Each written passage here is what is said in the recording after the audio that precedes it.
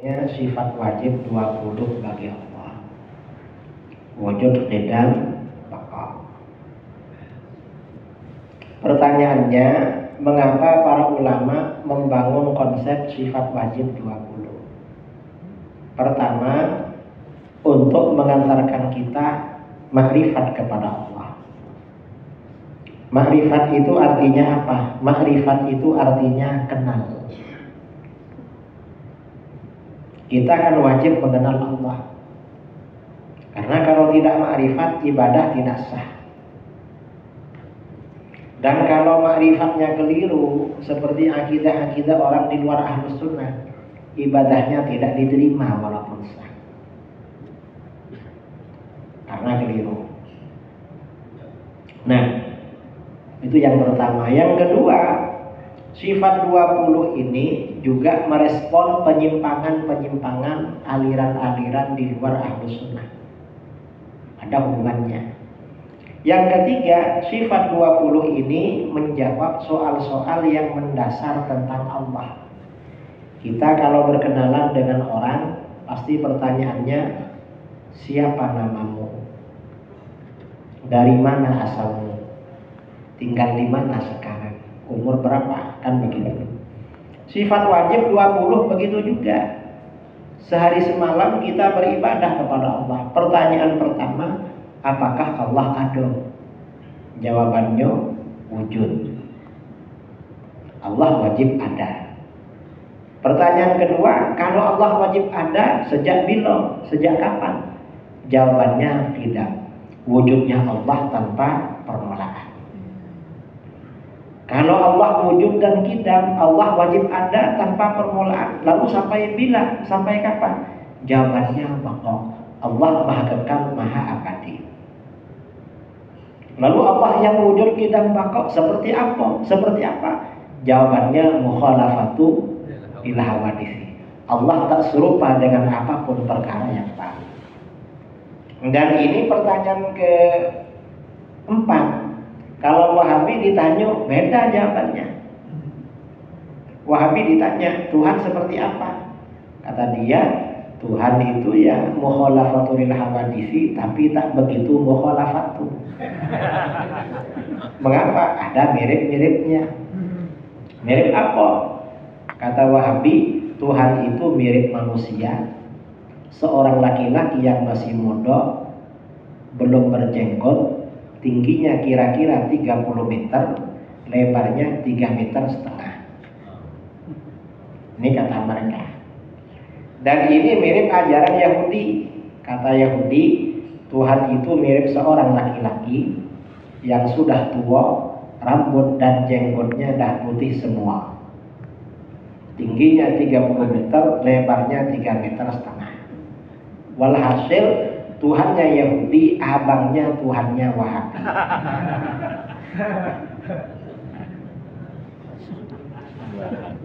Jadi memang kakak adik disingkat menjadi Wahyudi. Wahabi adiknya Yahudi. Nah, ini yang disebut dengan tauhid asma wa sifat. Kalau kita mukhalafatul hawadisi, Allah tak serupa dengan apapun perkara yang baru. Dasarnya laisa kamitslihi syai'. Tidak ada sesuatu apapun yang serupa dengan Allah. Karena kalau Allah serupa dengan perkara baru, berarti Allah baru. Karena setiap sesuatu pasti memiliki hukum yang sama dengan apa yang serupa dengannya. Sedangkan Allah wajib bersifat qidam, wujudnya tanpa permulaan. Berarti Allah tak serupa dengan perkara baru. Karenanya kata para ulama salaf, kullu ma khatara bi balik fallahu bi khilafi dzalik. Setiap apa saja yang terlintas dalam pikiranmu, bayangan apa saja yang terlintas dalam pikiranmu, Allah gak sama dengan itu. Karena yang dihayalkan seseorang itu pasti hasil kesimpulan dari apa yang pernah dia lihat. Walaupun di alam nyata gak ada. Apa yang kita bayangkan, walaupun di alam nyata gak ada, bagian-bagiannya ada di alam nyata. Contoh ya, Bangsa kita dulu biasanya menjelang bulan Rajab, menjelang Isra Mi'raj, itu pedagang-pedagang gambar di pasar dah menjual gambarnya buraq untuk ditaruh di dinding. Ayo Isra Mi'raj, beli ini buraq. Tahu gambarnya buraq dulu di dinding di rumah-rumah kuno.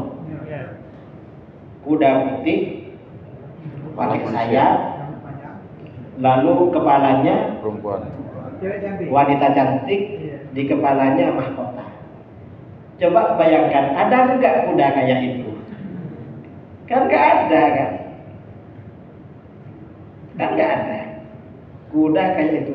Masa ini buruk? Berarti yang apa? Yang lihat, yang gambar pernah lihat? Oh sama-sama enggak pernah lihat. Yang lihat cuma Rasulullah. Artinya apa?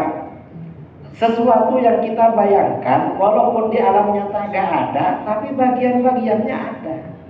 Ya badannya kuda ya kayak gitu, sayap kayak gitu juga.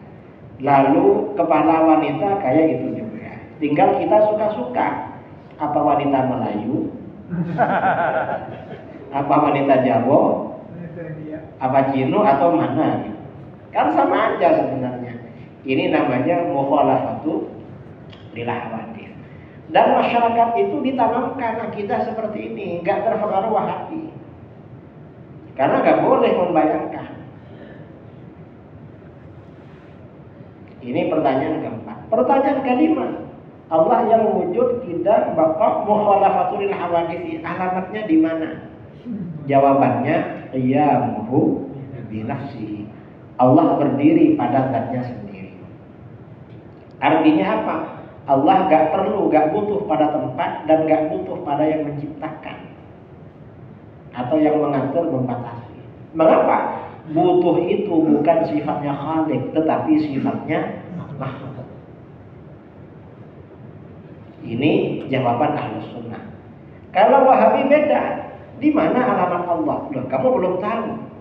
Kamu tahu? Tahu. Di mana? Di Arsy. Wah, jauh banget. Kalau kita ada perlu-perlu gak bisa ke Arsy. Pesawat belum ada jurusan Arsy. Dijawab sama dia, loh jangan khawatir. Gimana? Setiap pukul 3 pagi Tuhan itu turun ke langit pertama di dunia. Ngapain turun? Untuk mendengarkan doa kamu. Makanya bangun sholat tahajud. Ditanya dia, memangnya kalau nggak turun Tuhan nggak dengar? Bingung dia. Kalau dia nggak dengar, kufur. Kalau jawab dengar, takut ditanya lagi. Kalau dengar ngapain turun? Nanti ditanya lagi, itu turun pukul 3, ikut waktu daerah mana? Indonesia aja dibagi 3. Bingung dia. Akhirnya apa? Ya turun pukul 3 sesuai dengan waktu daerah masing-masing. Oh berarti turun terus. Kamu naiknya kapan? Artinya apa? Gak masuk akal saudara. Itu namanya tauhid asma was sifat. Tauhidnya Wahabi. Kalau tauhid rububiyah uluhiyah itu lebih parah lagi. Mengapa parah? Tauhid rububiyah uluhiyah ini bahayanya pertama mensyirikkan orang yang bertawassul dan bertabarruk, beristighatsah, dianggap melanggar tauhid uluhiyah. Padahal nggak melanggar. Mengapa nggak melanggar? Itu nggak masuk urusan tauhid. Tawassul itu masalah furu', masalah furu'. Dan itu di dalam Al-Qur'an disebut dengan wasilah. Ya ayyuhalladzina amanu taqullaha wabtaghu ilaihil wasilah. Itu wasilah itu. Orang bertawassul dengan wali bukan menyembah wali. Itu menyembahnya kepada Allah, cuma wasilahnya wali itu. Ini Wahabi salah paham. Jadi konsekuensi tauhid rububiyah uluhiyah ini mengkafirkan orang tawassul. Padahal yang mengajarkan tawassul Al-Qur'an. Yang mengajarkan tawasul Rasulullah SAW, para sahabat. Loh, kalau ini disyirikkan, berarti kan Al-Quran dibenturkan dengan sesama Al-Quran, dibenturkan dengan Rasulullah SAW. Ini bahayanya. Kemudian lagi, gara-gara tauhid rububiyah uluhiyah, ya, Wahabi ini dengan adanya tauhid rububiyah uluhiyah, pertama, mereka mengkafirkan umat Islam di luar golongannya. Yang kedua, Salafi Wahabi menganggap orang musyrik seperti Abu Jahal dan Abu Lahab itu orang mukmin yang bertauhid. Bahkan iman dan tauhidnya lebih bagus daripada iman dan tauhidnya orang Islam. Ini mereka. Makanya di dalam hadis, ya, tentang Wahabi ini diterangkan. Hadis sahih riwayat Imam Ibnu Hibban dan Al-Bazzar dari Hudzaifah bin Al-Yaman radhiyallahu an, Rasulullah sallallahu alaihi wasallam bersabda, "Innama atakhawwafu 'alaikum rajulun qara'al Qur'an."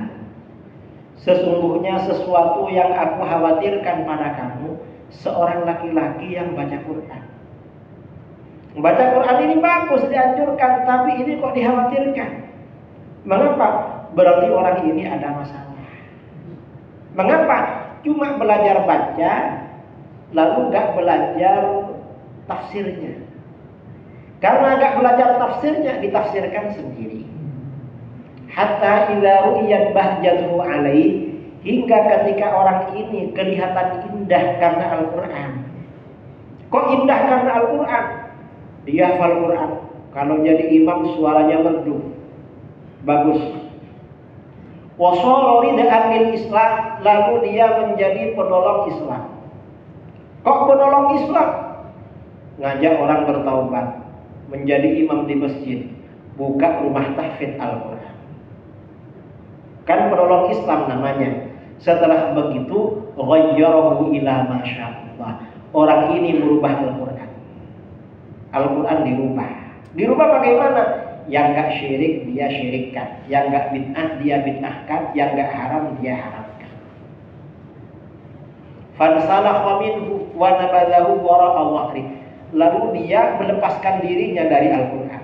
Al-Quran dia lempar jauh-jauh ke belakang. Fasa'a ila jarihi bisayf. Lalu dia nyerang tetangganya dengan pedang, dibunuh. Dulu pakai pedang, sekarang pakai pistol, pakai bom. Waramahu bisyirki. Tetangganya dituduh syirik. Mengapa dituduh syirik? Al-Quran dirubah pemahamannya. Yang gak syirik disyirikkan, yang gak kafir dikafirkan.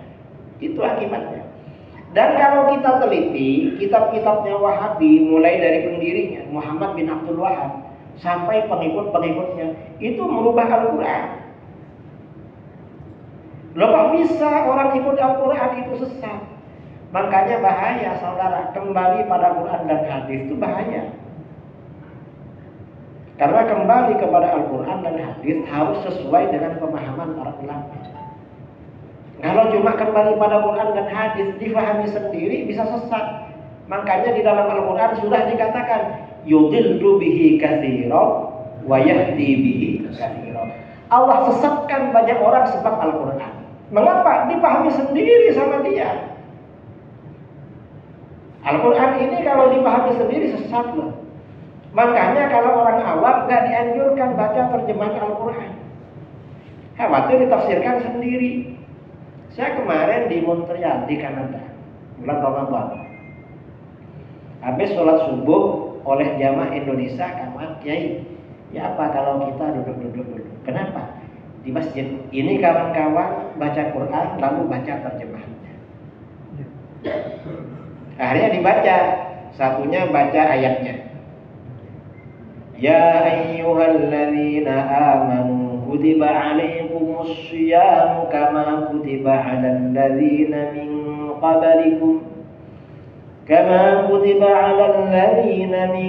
qablikum la'allakum tattaqun.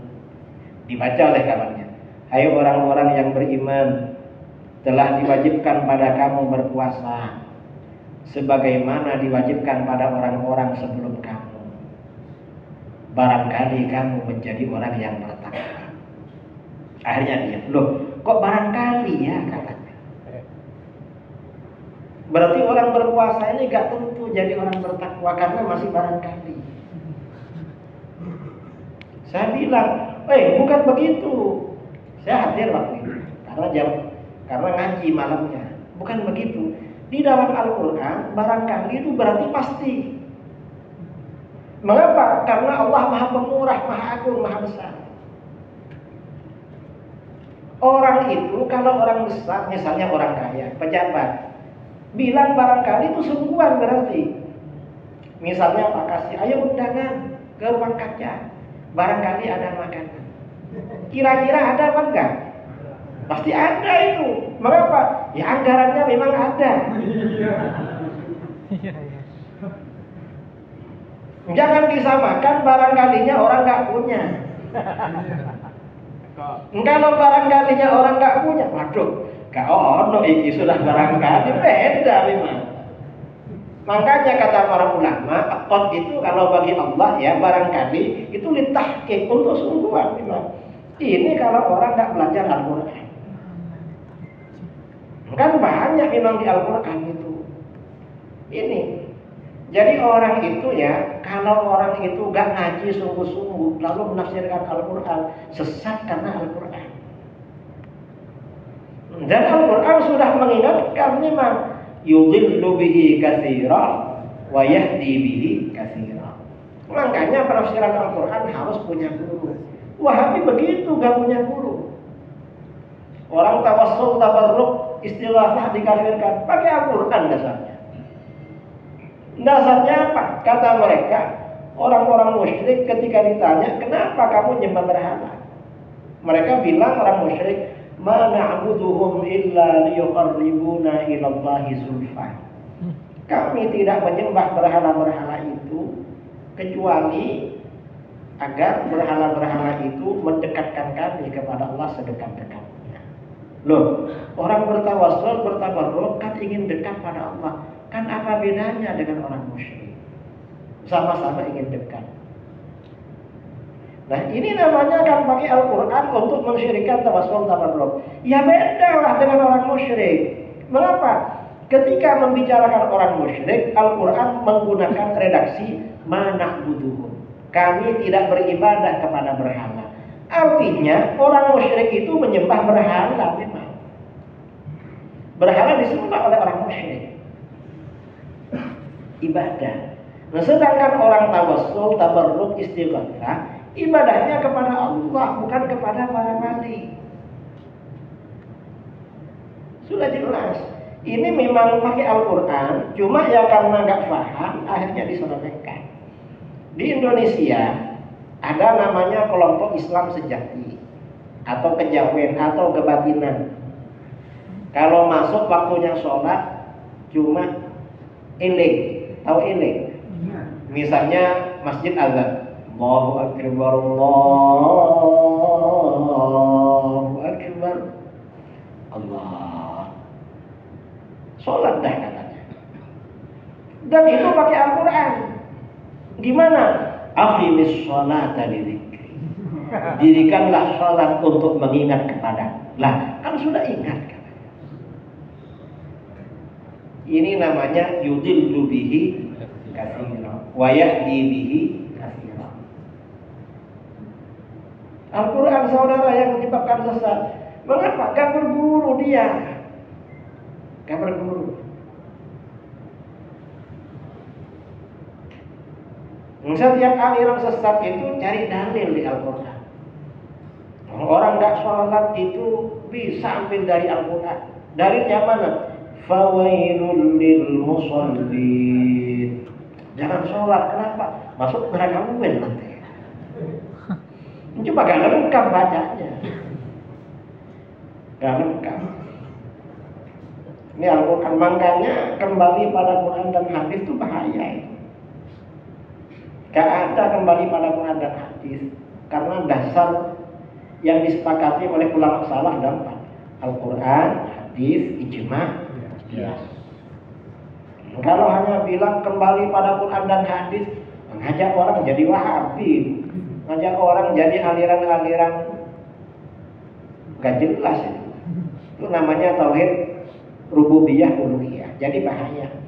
Yang Abu Jahal ditinggikan derajatnya menjadi orang mukmin. Sampai di kitabnya Wahabi itu ada bab.